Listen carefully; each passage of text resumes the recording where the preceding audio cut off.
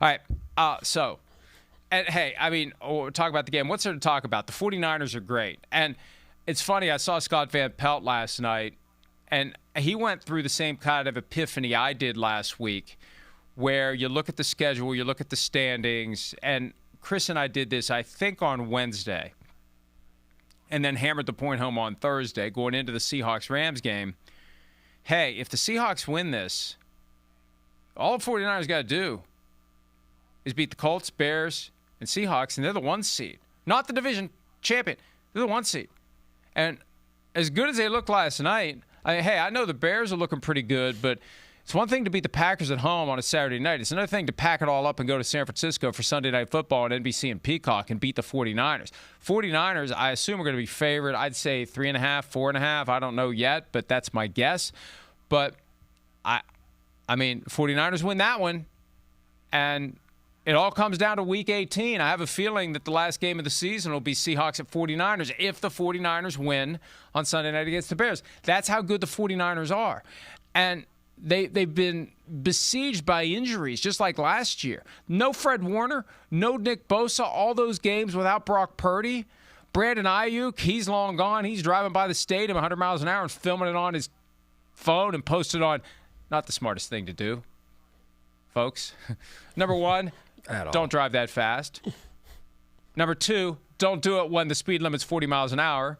Number three, don't videotape it. And number four, if you do videotape it, don't put it on social media. But anyway, he's not around. I mean, and it's amazing. It's amazing how good they look on both sides of the ball.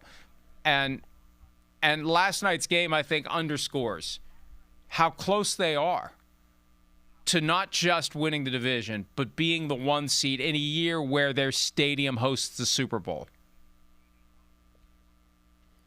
Yeah, I guess where I'm a little nervous about for them is I know they got the turnovers on defense. The Colts actually played good football on offense. They moved the ball. They scored. Like, this was a game. The reason it wasn't a game is Brock Purdy, 5 touchdowns. Like, it felt like every time the offense got on the field, it was, okay, big chunk play here, McCaffrey running solid here. It was just like they couldn't stop him. But if you look over the last few weeks, like, you play the Titans offense, the Cleveland Browns, the Panthers, the Cardinals, like, these different groups on offense, they're not super productive offenses, and they didn't all play well against the 49ers, but they haven't really had that huge test other than playing against the Rams, who scored 42 points on them. So I do wonder going down the stretch, and that'd be a big game in Seattle, big game against Chicago. Like, they have to play really well on defense, because as good as their offense is, I don't think it's going to be as easy to go and play against these last two teams and think you're going to go out there and score 35, 40 points. So they're going to have to step up. They're going to have to find ways to get stops. Like, a week ago, we watched Phillip Rivers against Seattle, and I know it's different. I've been in the NFL. When you get a week of practice, another week, you can game plan a little bit better. You can figure some things out. But that was a totally different Colts offense we saw last night compared to a week ago against that Seattle defense. So I do think, as good as they looked, that is something they got to make sure Robert Saleh on that defense, they got to have a good plan together, because you said it, they're undermanned in a lot of areas on that defense.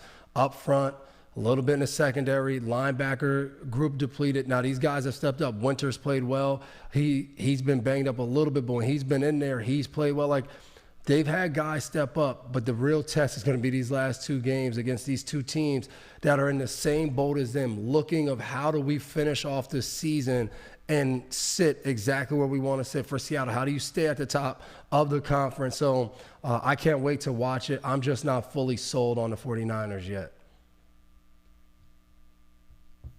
Maybe they need a safety. I don't know. San Francisco's a long way from New Jersey, but maybe they need a safety for the stretch run or for the playoff run.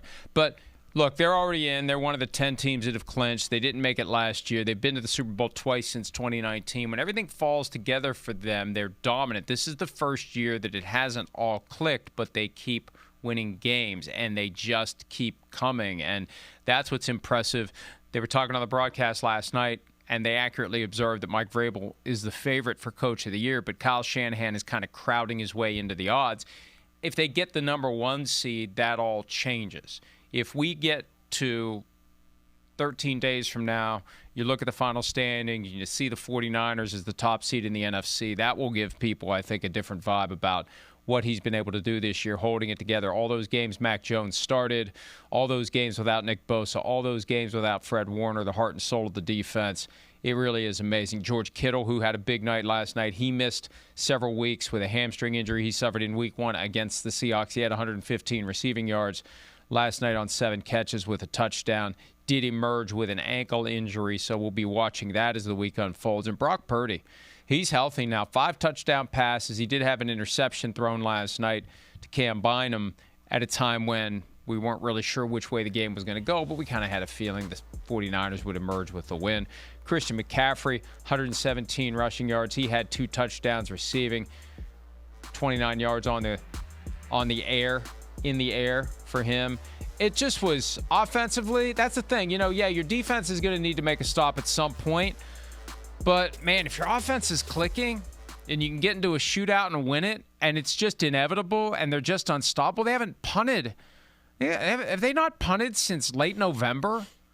That was the streak the Colts were on earlier this year. Crazy. Where they were showing clips of Thomas Morstead just kind of hanging around bored on the sidelines. Like, why am I here? Yeah, and to your point, when you get your full offense back, that's what it starts to feel like. And I know Ricky Pearsall was still out last night, but that touchdown to George Kittle, that to me was, Brock Purdy has a confidence in him where he feels healthy again. He loves what they're doing. Like, that's when you're starting to see quarterbacks, to me, say, hey, I'm in a groove. Because, like, he's rolling right. Kittle's kind of fading back towards the middle. It's like one of those throws that you're like, I don't know if you make this throw, and he fires it in there. And that was just a reminder of, like, when you get in a groove offensively and you're moving, and I think especially for them, so much of this season has been about the touches that Christian McCaffrey's gotten. A few weeks ago on Monday Night Football when they played Carolina, he had like 8 to 9 touches on the first drive of the game. And it was just like, man, is this sustainable? And now you look up and it's like, man, this was a full total offense of butt kicking last night, like spreading the ball around, throwing to all these different receivers. Kendrick Bourne's a guy that they brought in because other guys were injured, Demarcus Robinson. And next thing you know, like, when you're game planning, it's just like they have these guys moving all around and putting them in different spots. I don't know defensively if you're getting a good tell on, hey, this guy's here in this position. This is when he's the go-to. Like, it feels like it's hard as you watch them of, hey, how do we make sure we game plan for all these different guys and where they're at? Like, yes, we know Kittle. Yes, we know McCaffrey. But the way Kyle Shanahan is implementing and putting these guys in different locations to be successful, it's fun to watch. And you look at Tongas, a guy that stepped up when Kittle was out. Now you add him. You have 2 tight ends in there that can go out there and make plays. So I agree with you offensively. I think they have hit a stride and they know exactly what they're doing. It's just, I always wonder if another team's defense is just better and you get in the playoffs and it's just one of those games where your offense isn't clicking as it's been clicking all year. I just feel like we always see that kind of show up in these playoffs. A few of these teams offensively who have just been juggernauts all year just can't get it going the same way in the playoffs, and it turns into one of those lower scoring games is when you need your defense to be able to count on them to get stops. And not to say San Francisco can't do that, I just wonder where they rank. I've been on defenses in 2011 where during the regular season, we were up and down. We got turnovers, we made some plays, but overall, we gave up a ton of yards, we gave up points, but we just happened to score more points on offense. And in those playoffs, we got the bye week, and then for those 2 games leading up to the Super Bowl was the best 2 games we played defensively. And I think that's what the 49ers might need. Hey, it hasn't always been pretty, but how do we put together a great game plan for these next 3 games in the playoffs that allow us to end up in the Super Bowl again? And I think to their credit, what they do have, Robert Saleh, a guy who's hey, as a defensive coordinator, he's been very impressive in the NFL. He's been a really good defensive coordinator. They can lean on him and his game plan to possibly get them to the Super Bowl. Hi, it's Mike Florio. Thanks for watching PFT on YouTube. Hit subscribe for the latest news and analysis from Pro Football Talk.